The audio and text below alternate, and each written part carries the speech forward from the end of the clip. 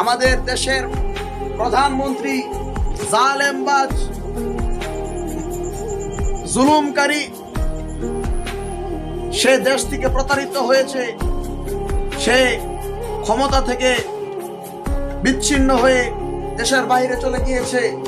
আজকে দেশের মানুষ অনেক খুশি হয়েছে। 1971 সালে বাংলার মানুষ যেভাবে খুশি হয়েছিল, ঠিক সেইভাবে আজকেও এই মানুষগুলো খুশি হয়েছে। শুধু তাই না ভাইরা আমার, সে যে দেশ থেকে প্রতারিত হয়েছে, আপনারা কি ভাবছেন এই ছাত্রদের আন্দোলনে? না না, শুধু ছাত্রদের আন্দোলনে না। আপনি দেখেন সে হুজুরদেরকে কিভাবে জ্বালাতন করেছে, অত্যাচার করেছে, নির্যাতন করেছে। আল্লামা দেলোয়ার হোসেন সাইদি সাহেব একজন